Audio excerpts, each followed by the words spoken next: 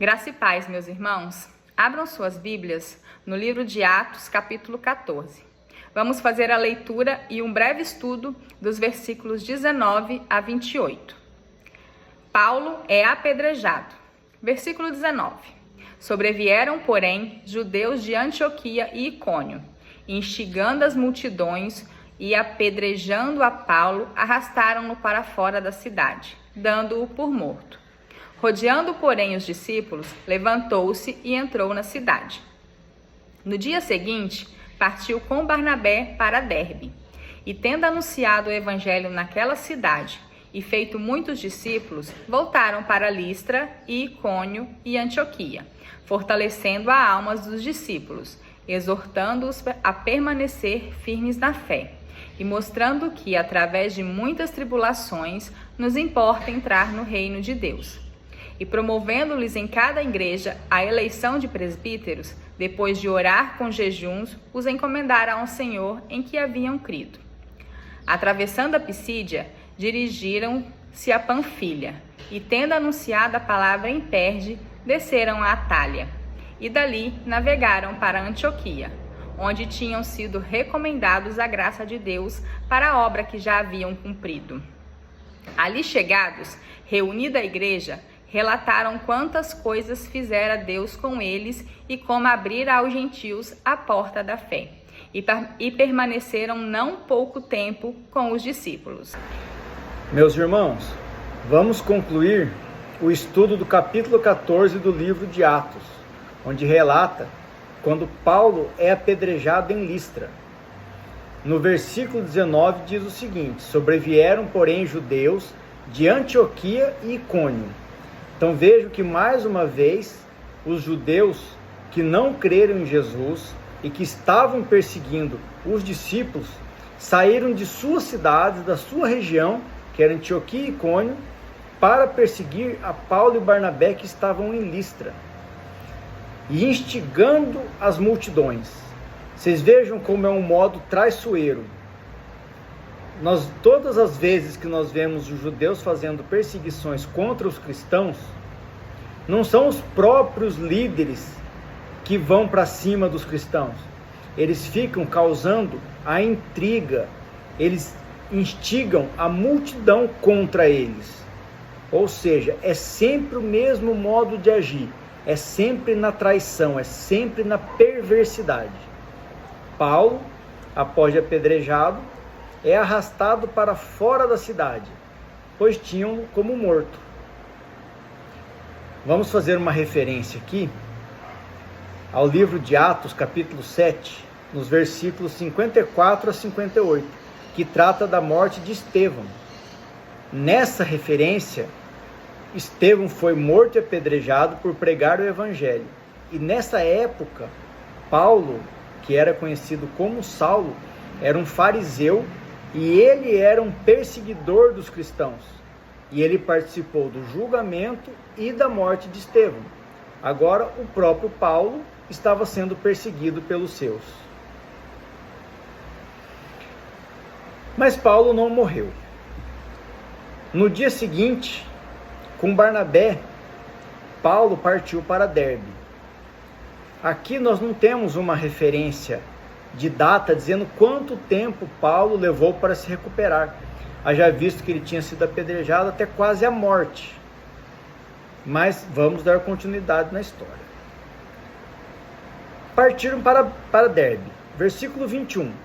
E tendo anunciado o evangelho naquela cidade e feito muitos discípulos, voltaram para Listra e Icônio e Antioquia, fortalecendo a alma dos discípulos, exortando-os a permanecer firmes na fé. Então Paulo e Barnabé foram para Derbe, e mesmo sofrendo perseguições, mesmo Paulo tendo sido apedrejado e tendo que se recuperar, onde quer que eles fossem, eles pregavam o evangelho e muitos criam nele. Criam nele o evangelho de Jesus. Após algum tempo, e aqui não fala quanto tempo, Paulo e Barnabé decidem voltar, passando pelas cidades às quais eles foram perseguidos, para retornar até Antioquia. Então eles voltaram para Listra, voltaram para Icônio, até chegar em Antioquia. E qual é o objetivo disso? Aqui no versículo 22 fala: fortalecendo a alma dos discípulos, exortando-os a permanecer firmes na fé, e mostrando que através de muitas tribulações nos importa entrar no reino de Deus. Aqui trata-se do testemunho de Paulo. Paulo, ele foi um exemplo de perseverança na fé.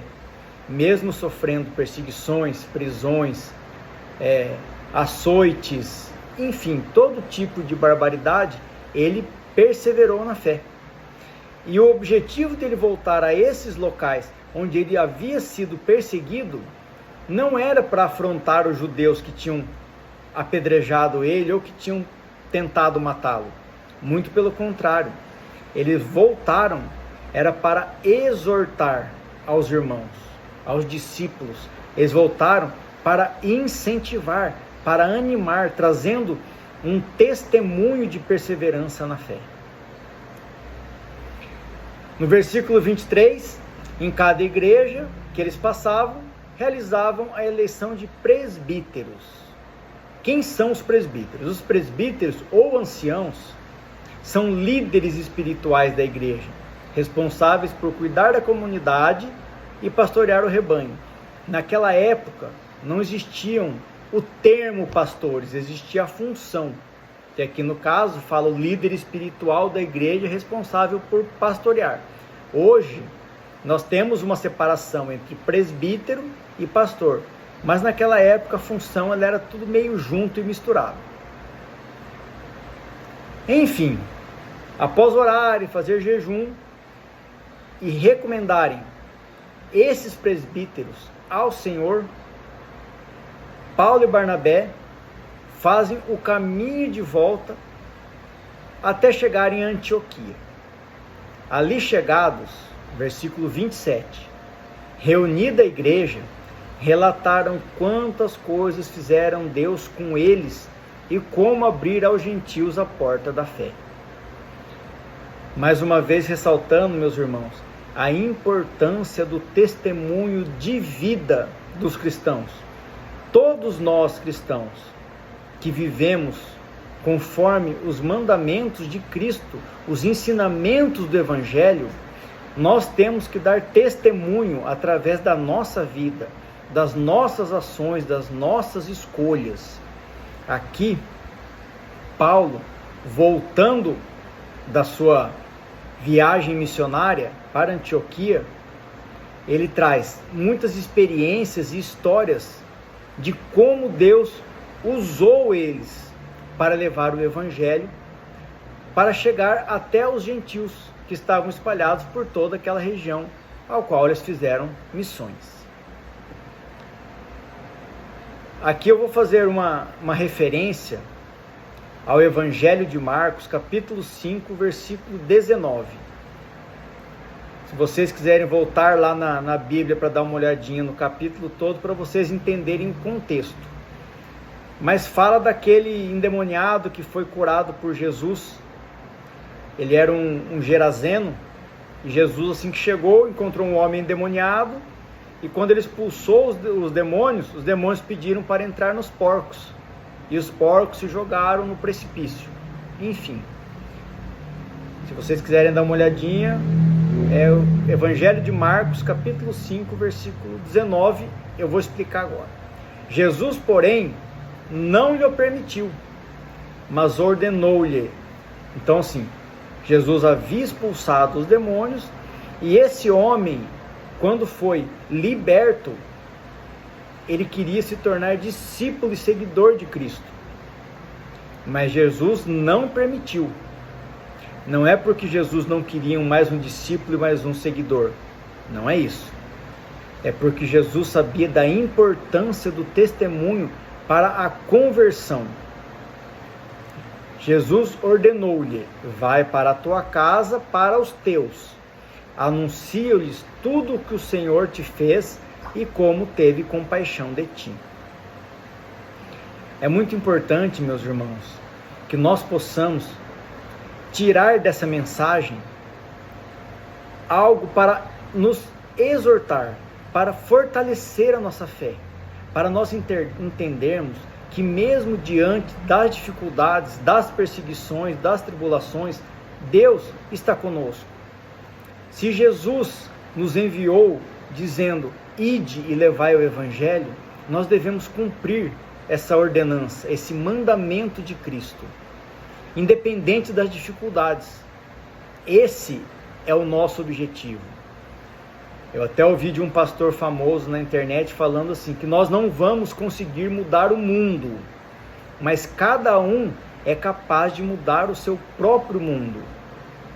Tenhamos como exemplo essa história de Paulo que nós acabamos de estudar. Que tudo seja feito para a honra e glória do nosso Senhor Jesus Cristo. Amém.